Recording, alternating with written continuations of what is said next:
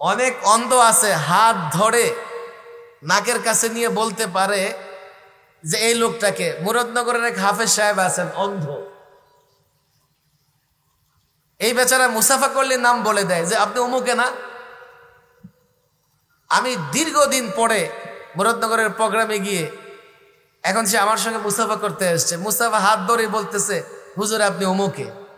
আমি আশেপাশের লোকদের বললাম থামেন থামেন, কেউ বলবেন না। সবার সঙ্গে মুসাফা করতে করতে আমার সঙ্গে মুসাফা করে আমার নাম বলে দিয়েছে। মাদারেসে কওমিয়ায় এখন অন্ধ ছেলেরাও হাফেজে কোরআন হচ্ছে, কথা ঠিক না বেঠিক? অন্ধ ছেলেরাও আলেম হচ্ছে, আলেম আলেম, শুধু হাফেজে কোরআন নয়। অন্ধরা হাত দিয়ে অনেক কিছু আন্দাজ করতে পারে। কয়েকজন মিলে হাতি দেখতে গেছে, হাতি দেখে আসছে, একজনকে জিজ্ঞেস করতেছে ভাই হাতি কেমন? সে বলতেছে আমি তো হাতি যা বুঝেছি হাতি ধরে গাছের গোড়ার মতো। এর মানে এই অন্ধের হাত পড়েছে হাতির পায়ে, কথা ঠিক না বেটি? আরেকজনকে জিজ্ঞেস করেছে এই হাতি কেমন? ওই অন্ধ বলে আমি হাতি দেখছি ঝাড়ুর মতো। গ্রামে দেখবেন ঝাড়ুর গোড়া একটা বাঁশ দিয়া ঝাড়ু বানায়, আছে না নাই? লেজ দেখে সে মনে করছে একটা ঝাড়ু, মনে হয় ঝাড়ুর মতো। আরেক অন্ধকে জিজ্ঞেস করতেছে তুমি দেখেছো? হা কেমন? আমি দেখলাম কুলার মতো। কুলা? আপনাদের এলাকায় কুলাকে কি বলে? যে বলছে যে অন্ধটা বলেছে হাতি কুলার মতো, তার হাত পড়েছে হাতির কানে। আচ্ছা বলেন দেখি, হাতি কি গাছের গোড়ার মতো? হাতি কি ঝাড়ুর মতো? হাতি কি কুলার মতো? ইসলাম নিয়ে এখন এই ধরনের খেলা চলতেছে। এক বুদ্ধিজীবী দাঁড়ায় ইসলামের এক ব্যাখ্যা করে বসে, আরেক বুদ্ধিজীবী আরেক ব্যাখ্যা করে বসে, আরেক বুদ্ধিজীবী আরেক ব্যাখ্যা করে বসে। অথচ জ্ঞানহীন মানুষ তো অন্ধ। অন্ধ, ইসলাম সম্পর্কে তার জ্ঞান নাই, সে ইসলাম কি বুঝবে? আর ইসলামটাকে এত অসহায় মনে করে তারা ইসলাম নিয়ে যে কোনো ধরনের ব্যাখ্যা দাঁড় করিয়ে দিচ্ছে, যে কোনো ব্যাখ্যা জাতির সামনে বলতেছে। এবং ইসলাম সম্পর্কে ব্যাপকভাবে মিথ্যা, রং, ভুল মেসেজ জাতিকে দিচ্ছে। ইসলামটাকে একটা সংকীর্ণ জায়গায় নিয়ে যাচ্ছে। ইসলামটাকে কাটছাট করতে করতে ইসলামটাকে ধ্বংসের ধার প্রান্তে নিয়ে যাচ্ছে, কথা ঠিক না বেটি? আমার কথা নয়, জাস্টিস তকি উসমানী সাহেব লিখেছেন এই যে ইসলাম সম্পর্কে মানুষের একটা অসম্পূর্ণ ধারণা, ইসলাম সম্পর্কে ভুল বুঝাবুঝি, এর দায় আসলে তিন দলের উপরে, তিন শ্রেণীর মানুষের উপরে।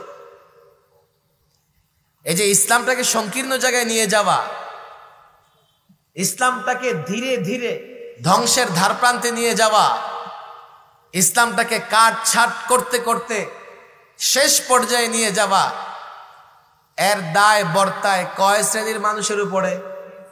বলেন কয় দলের উপরে? আরো জোরে, কয় দলের উপরে? আপনারা ক্লান্ত হয়ে গেছেন? আওয়াজ করতে হবে, কয় দলের দায়িত্ব এটা? কয় দল ইসলামটাকে ধ্বংসের ধারপ্রান্তে নিয়ে যাচ্ছে? আরো জোরে বলেন, কয় দল? ইসলাম সম্পর্কে যে আজকাল এই ভুল বুঝাবুঝি, যে ইসলাম শুধু মসজিদে থাকবে, ইসলাম শুধু মাদ্রাসার চার দেয়ালের ভেতরে থাকবে, ইসলাম দিয়ে অর্থ ব্যবস্থা চলবে না, ইসলাম দিয়ে বিচার ব্যবস্থা চলবে না, ইসলাম দিয়ে রাষ্ট্র চলবে না, রাষ্ট্র হবে ধর্ম নিরপেক্ষ, রাষ্ট্রের আল্লাহর উপর আস্থা বিশ্বাস থাকবার দরকার নাই, এই ভুল বুঝাবুঝি বা রং মেসেজ জাতিকে দেওয়া হচ্ছে, ইসলামটাকে সংকীর্ণ জায়গায় নিয়ে যাচ্ছে, এর দায় বর্তায় তিনটা দলের উপরে। এক, সরাসরি কাফের বেঈমান, যাদের কাজই হচ্ছে ইসলাম সম্পর্কে নানা রকমের ভুল মেসেজ দেওয়া। এই যে আজকে এখানে শিক্ষিত সমাজকে সম্মাননা দেওয়া হচ্ছে, আমাদের শিক্ষিত সমাজের কাছে ইসলাম সম্পর্কে রং মেসেজ দেওয়া, ভুল মেসেজ দেওয়া, এর প্রথম কাজটা করে কারা জানেন? কাফের, বেঈমান, ইসলাম বিদ্বেষী শক্তি। দুই, এই দায় কাদের জানেন? সেকুলারিজমে যারা বিশ্বাসী, যারা সেকুলার, ধর্মনিরপেক্ষতায় বিশ্বাসী। সেকুলারের বিশ্বাস কি? সেকুলারিজমের মূল বিশ্বাসের জায়গা কি? যে ধর্ম এটা তোমার ব্যক্তিগত বিষয়, রাষ্ট্র সমাজ এটা চলবে অন্য চিন্তায়। অন্য চিন্তায় মানে পশ্চিমাদের চিন্তায়, তাদের অনুর্বর মস্তিষ্কের চিন্তায়। তারাও দায়ী ইসলামটাকে পর্যায়ক্রমে সংকীর্ণ জায়গায় নিয়ে যাওয়ার, এর জন্য তারাও দায়ী। 3 নম্বর দায়ী হচ্ছে আমার মতো কিছু লোকজন। বলবেন যে আপনার মতো লোকেরা কেন দায়ী? তারা কি ইসলামকে মানে না? তারা ইসলাম মানে, তারা ভালো মানুষও বটে, তারা আলেম আবেদও বটে, কিন্তু তাদের কাজেও ইসলাম সম্পর্কে একটা ভুল মেসেজ যাচ্ছে। এই কথা আমার বলার দুঃসাহস নাই। এই কথা বলেছেন জাস্টিস তাকি ওসমানী সাহেব। আমি এই কথা বলার দুঃসাহস কোথায় দেখাবো? যে আলেম ওলামাদের কারো কারো তরজে আমল, কর্ম পদ্ধতি এমন, তাদের কর্ম পদ্ধতির কারণে সাধারণ মানুষের ভেতরে একটা ভুল বুঝাবুঝি তৈরি হচ্ছে।